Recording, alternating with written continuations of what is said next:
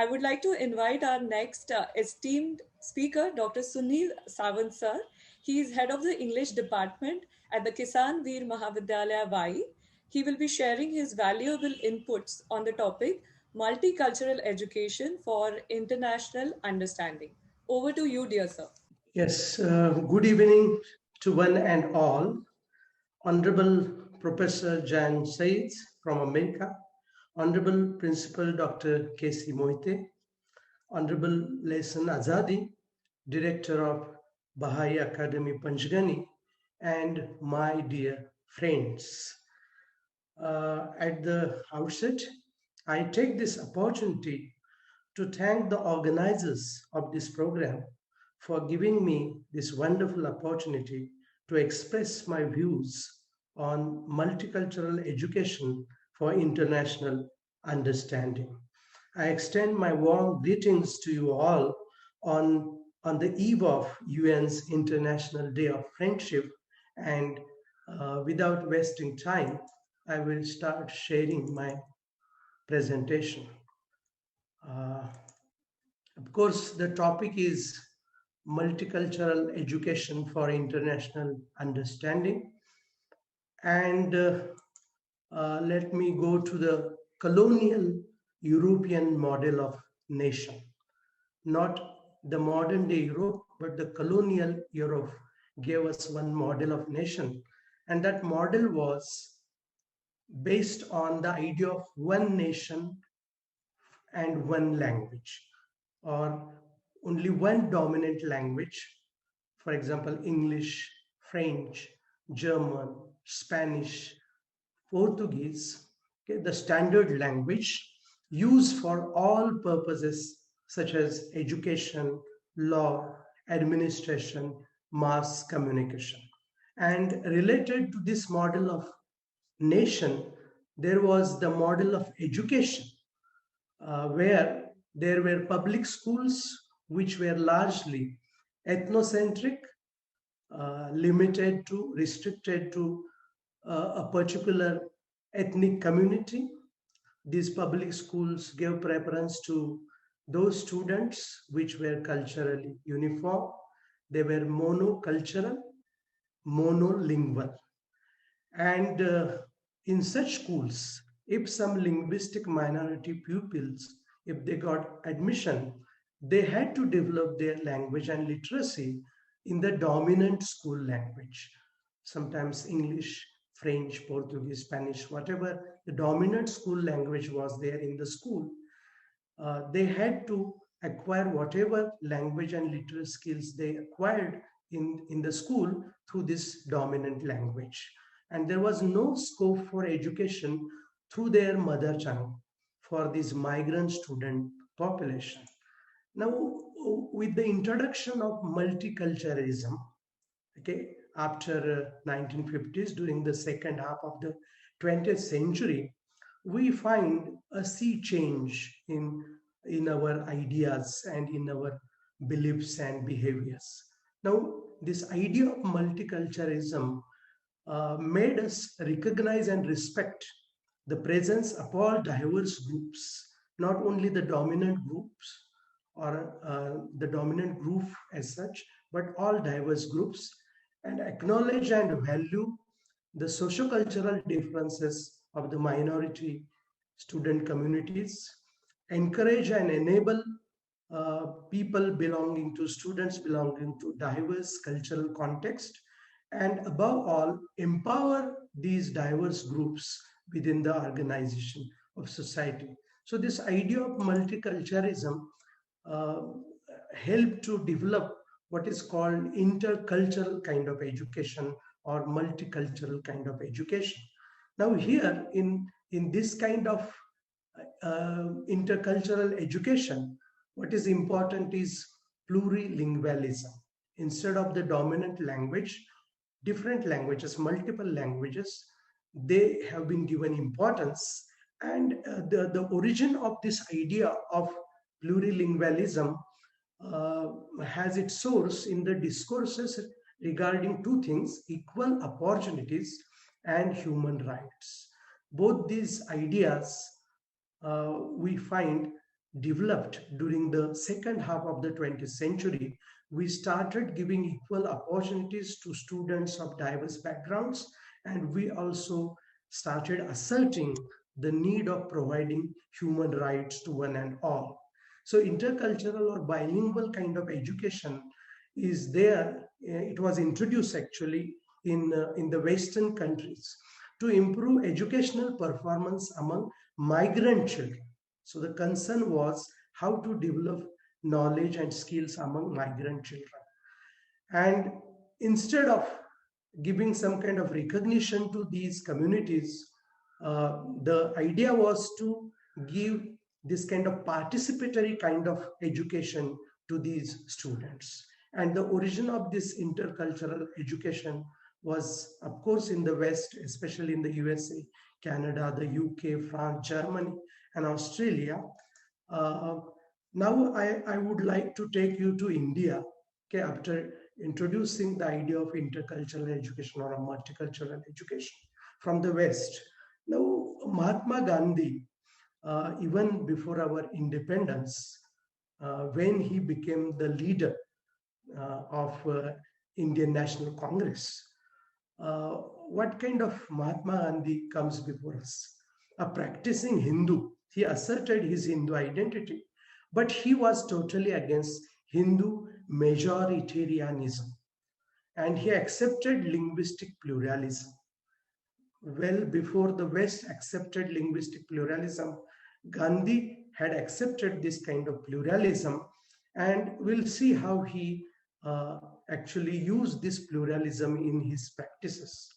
The first important thing he did, he made regional congress bodies operate in regional languages. So instead of imposing English or Hindi, he gave importance, he gave scope, he gave space to regional languages. And he recognized that diversity was a social condition in India, not only in our times, but this condition has been there across the history of India. And he made linguistic pluralism a political program to save diversity. A very interesting thing I would like to share about Mahatma Gandhi, that he was the first, perhaps the first Indian multilingual uh, kind of writer. He introduced the multilingual newspaper, writing articles in Gujarati, English, Hindi, and Kannada. Now, when we come to Indian Constitution, Article 29 of our Indian Constitution promises protection of interests of minorities by declaring that the minorities have a right to conserve their culture, language, and script. Okay, this is uh, clearly mentioned there in our Constitution. And uh, Indian Constitution also prohibits any kind of discrimination on the basis of religion, race, caste, and language. Now, one more important feature we find about Indian Constitution, that it has protected the interest of children to get basic education in their mother tongue. And the Constitution provides uh, it shall be the endeavor of every state, I quote, it shall be the endeavor of every state and of every local authority within the state to provide adequate facilities for instruction, for education in the mother tongue at the primary stage of education to children belonging to linguistic minority groups. This concept is in total agreement with the 2017 theme of United Nations World Mother Language Day to develop the potential of multilingual education to be acknowledged in education, administrative systems, cultural expression, and even in cyberspace.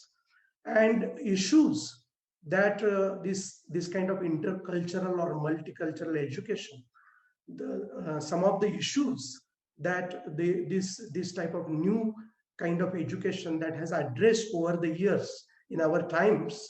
Okay, multicultural education is against racism. Okay, it is against sexism.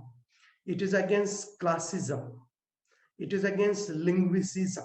Okay, that is giving unfair treatment based on use of language and characteristics of speech, accent, vocabulary, modality, and syntax. Okay, this kind of education is against ableism. That is, this kind of education provides space for the differently abled children, students with disabilities. And even these days we find NAC, National Assessment and Accreditation Council from Bangalore. It insists upon such facilities for differently abled children in schools and colleges. This kind of education is against ageism, unfair treatment of people considered too old. I remember one of the speeches given by Vice Chancellor, ex-Vice Chancellor of Savitribai Pune University, Dr. Narendra Jadhav. He said that during his tenure of Vice Chancellor, as a Vice Chancellor, he decided to make a PhD degree open to even the old people. Even after retirement, if somebody wants to pursue research, he must be able to register his name in the university for pursuing for PhD or for doctoral research. And multicultural education is against heterosexism, against discrimination to gay people. It is against religious intolerance and also against xenophobia. Uh, and multicultural education has some kind of ideal kind of institution uh, that that should be there in order to provide this kind of uh, we can say plurilingual, multilingual, multicultural kind of education, or make open multicultural avenues to different students. So modern types of schools and colleges, they have to include and cater for all students, regardless of their diversity, and help them prepare for a common future. It should guarantee equal educational opportunities to different children, children who are advanced learners as well as those required additional kind of coaching.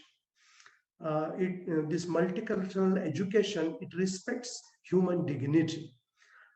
It sees that no student gets excluded, censored, or scorned in this kind of institution. And it celebrates the period of education, acknowledging that the period of education, the period that students spend in the schools and in colleges, that period should be the most creative and happy period of human life. Now, this multicultural of kind of education, okay, what is its need? Okay, education in our days should no longer be monocultural or monolingual the way it was there during the colonial period. Now, what kind of educational ambience we require? It is intercultural, bilingual, better multicultural, in which there is a deep understanding and respect for all cultures, for diversity. There is a focus on the mutual exchange of ideas and cultural norms and the development of deep relationships. Okay, we are talking about friendship, and this modern type of multicultural education gives this kind of scope for developing deep relationships. There is a scope for everyone to learn from one another and grow together. And this multicultural education uh, is not the education for those who dominate others, but it ensures the space for the minority, for the marginalized, and for the underprivileged. I would like to conclude today's speech with a few lines from the 18th century English poet Thomas Gray. Thomas Gray, in his elegy written in a country churchyard, has these lines: full many a gem of purest ray serene, the dark unfathomed caves of ocean bear. Full many a flower is born to blush unseen and rest its sweetness on the desert air. So some gems, they lie unfathomed underwater. And some flowers, they bloom in the desert, and nobody is there to praise, to admire the sweetness of these flowers. Now, we need intercultural or multicultural education which aims at fathoming, exploring precious gem like children, no matter to what class, caste, race, religion, culture they belong, and providing them equal opportunity so that they may realize their potential without wasting this potential due to discrimination. Thank you. Thank you very much.